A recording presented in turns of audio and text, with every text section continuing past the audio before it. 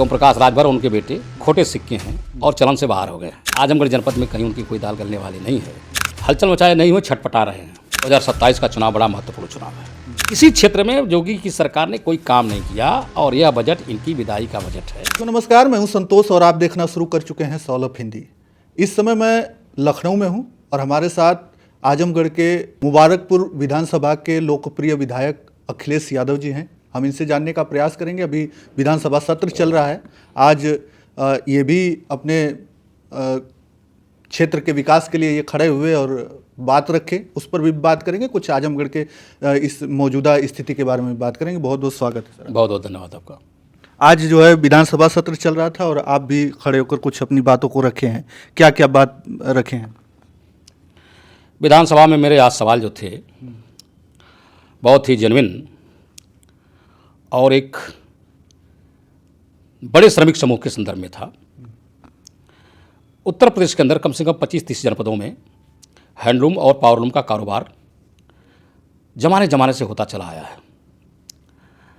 तो उत्तर प्रदेश सरकार से मैं जानना चाहता था कि आप बड़े बड़े इन्वेस्टर्स बुलाते हैं, बड़े बड़े मेले लगवाते हैं, बड़ा स्वागत करते हैं और बड़ा बड़ा एमओयू साइन करते हैं, लेकिन आज तक कहीं कोई आपकी इंडस्ट्री नज़र नहीं आई। तो सबसे ज़्यादा उत्तर प्रदेश के अंदर रोजगार देने वाला सेक्टर कृषि के बाद अगर कोई है तो हथकरघा और पावरलूम का सेक्टर है। तो इतने बड़े कारोबार जहां लाखों लोग इस परिवार से परोक्ष और अपरोक्ष रूप से जुड़े हुए हैं, सरकारी उदासीनता का शिकार क्यों हो रहा है? ये बातें मैंने इसलिए कहा कि 2006 में जब श्रद्धेय नेताजी की सरकार थी तो जिस तरीके से किसानों के लिए उन्होंने नलकूप का फिक्स रेट तय किया था बिजली बिल का, तो बुनकर भाइयों का भी 72 रुपये प्रति पावरलूम के हिसाब से फ्लैट रेट पर बिजली देने का उन्होंने देने की नीति बनाई थी, इंतजाम किया था। तो बड़ा खुशहाल था हमारा बुनकर और कारोबार अच्छे से चल रहा था। भारतीय जनता पार्टी की सरकार बनने के बाद 2019 में ये फ्लैट रेट 72 रुपये प्रति पावरलूम को ख़त्म करके नया फ्लैट रेट लोगों ने लागू किया, जिसमें से छोटी मशीन 400 रुपये प्रति पावरलूम और बड़ी मशीन 800 रुपये प्रति पावरलूम के हिसाब से बिजली पेमेंट करनी पड़ती है, जो आज की तारीख में एक गरीब बुनकर के लिए बहुत भारी है और अदा करने में वह सक्षम नहीं हो पा रहा है, जिसके चलते लगातार यह कारोबार घाटे में जा रहा है और व्यापक पैमाने पर बेरोजगारी पैदा हो रही है। और सरकार की बिजली बिल की इस नई पॉलिसी से हमारे मुबारकपुर विधानसभा क्षेत्र में मुबारकपुर कस्बा, अमलो, रसूलपुर, नेवादा, इब्राहिमपुर, जहानागंज, हमारे बगल के जनपद मऊ में खैराबाद है, अदरी है, मऊ है, इस तरीके से तमाम जगहों पर जो बुनकर है आज वो पलायन का शिकार हो रहे हैं। अच्छे अच्छे बुनकर, अच्छे अच्छे पावरलूम मालिक आज अपना कारोबार बंद करने की स्थिति में आ गए हैं, इसलिए कि बिजली बिल पेमेंट नहीं हो पा रहा है उनसे। तो मैंने सरकार से चाहा था, सरकार के संज्ञान में यह लाने का प्रयास किया कि बुनकरों को पुरानी बिजली रेट बहाल किया जाए और फ्लैट रेट 72 रुपये को फिर पेमेंट किया जाए। उससे ये नई पॉलिसी को वापस लेकर के पुरानी पॉलिसी को बहाल किया जाए। अच्छा, फैक्ट्रियां भी बंद है उसके लिए। उसके साथ ही सारे वर्गों के लिए तमाम पॉलिसी, सामाजिक सुरक्षा की पॉलिसी लेकर के सरकारें आती हैं। हमने कहा कि हमारा बुनकर भाई भी आजीवन श्रम करता है तो उसे भी वृद्धावस्था में जाने के बाद पेंशन की आवश्यकता है, उसे भी कैशलेस मेडिकल सुविधा की आवश्यकता है, उसे भी सरकारी रेट पर सूत और रेशम के धागे की आवश्यकता है, उसे भी दुर्घटना बीमा की आवश्यकता है। तो सरकार को इसका इंतजाम करना चाहिए। ये मैंने अपने सवाल के माध्यम से आज सरकार से मांग किया। अच्छा, फैक्ट्रियों को लेकर भी आवाज़ उठती है बुनकर समाज की कि फैक्ट्रियां जैसे मऊ में बंद है, जो धागा बनता था वो बंद हो गए तो उससे महंगा धागा मिलता है, इससे उनका जो है और भी नुकसान होता है। वो तो बहुत बड़ा नुकसान हुआ। जो मऊ की स्वदेशी काटन मिल थी, बहादुरगंज की काटन मिल थी, वो सब बंद हो गई, जिसकी वजह से व्यापक पैमाने पर उसमें नौकरी करने वालों को घर बैठना पड़ा। ये सब रोजगार के सेंटर थे। हकीकत तो यही है कि आज़ादी के बाद अपने देश के हर नागरिक को, पढ़े लिखे नागरिक को योग्यता के अनुसार काम देने की जिम्मेदारी सरकारों की होती है। इसलिए कि देश के नागरिकों की संरक्षक है सरकार। तो अपने देश के नागरिकों को नौकरी देने के लिए सरकार की जिम्मेदारी है, लेकिन वर्तमान की सरकार इस जिम्मेदारी को पूरा नहीं करती, वो भाग रही है। सारी सरकारी फैक्ट्रियां बंद हो गई, प्राइवेट इन्वेस्टर बुलाते हैं, और प्राइवेट कंपनी वाले, आप जानते हैं कि प्राइवेट जो कंपनी लोग चलाते हैं, जो इंडस्ट्रियलिस्ट होता है, जो पूंजीपति होता है, वो नौकरी देने के लिए नहीं, अपने मुनाफा कमाने के लिए ज़्यादा काम करता है। तो सरकारी नौकरी का बदल प्राइवेट नौकरी नहीं है।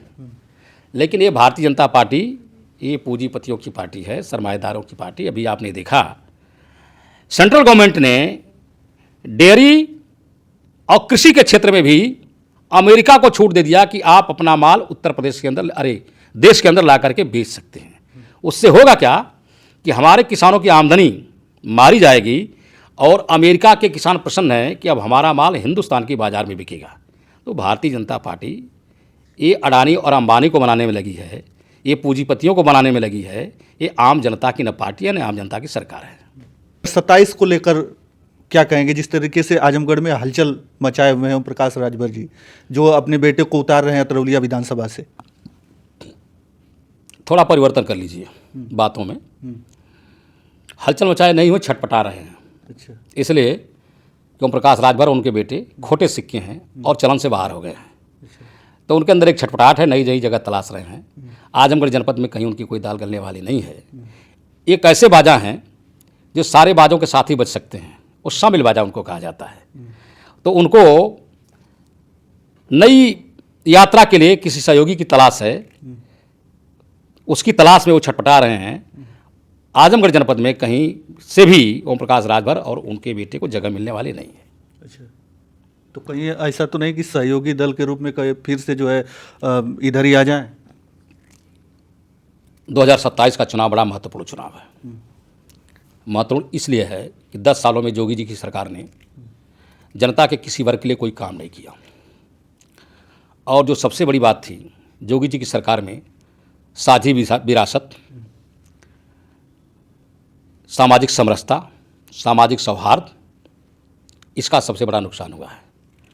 इन्होंने भरपूर हिंदू मुसलमान के नाम पर नफरत पैदा करने का काम किया, और रोजगार के क्षेत्र में, महंगाई रोकने के क्षेत्र में, लोगों को नौकरियां देने के क्षेत्र में, हॉस्पिटल में अच्छी स्वास्थ्य सुविधा देने के क्षेत्र में, परिवहन के क्षेत्र में, कोई ऐसा क्षेत्र नहीं है जहां योगी जी की सरकार ने कोई काम हुआ।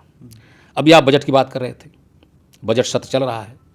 आज की तारीख में जो इनका 25-26 का बजट था, उसका 50% भी हिस्सा, बजट का 50% हिस्सा भी अब तक खर्च नहीं हो पाया है। अब अगले 1 महीना के अंदर जल्दी जल्दी इनके अधिकारी और मंत्री मिलकर के पूरा बजट खर्च करेंगे, और व्यापक पैमाने पर भ्रष्टाचार की संभावना है उस पैसे के खर्च करने में। तो जब पुराना बजट का पैसा खर्च नहीं कर पाए, तो फिर 27 में बजट की आवश्यकता क्या थी? तो इनकी काम करने की क्षमता का आकलन करिए।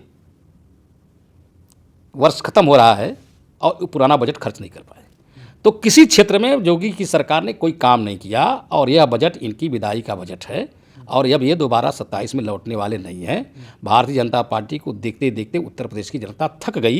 ये 10 साल का समय बहुत होता, अब लोगों ने मन बना लिया है, और समाजवादी पार्टी के राष्ट्रीय अध्यक्ष माननीय श्री अखिलेश यादव जी के लोग उम्मीदों के साथ उनको देख रहे हैं, नई आशा के साथ देख रहे हैं, इसलिए कि उनके विकास का विजन और रोजगार के क्षेत्र में, स्वास्थ्य के क्षेत्र में जो कुछ भी उत्तर प्रदेश के अंदर दिखाई दे रहा है, वो सब अखिलेश यादव जी की सरकार की देन है। तो लोगों ने अखिलेश यादव जी के लिए मन बना लिया है, और 2027 में समाजवादी पार्टी की सरकार बनने जा रही है। बदलाव हो जाएगा 2027? निश्चित तौर पर बदलाव होगा। इसलिए बदलाव होगा कि उत्तर प्रदेश की महान जनता चाहती है कि अखिलेश यादव जी उत्तर प्रदेश के मुख्यमंत्री बने।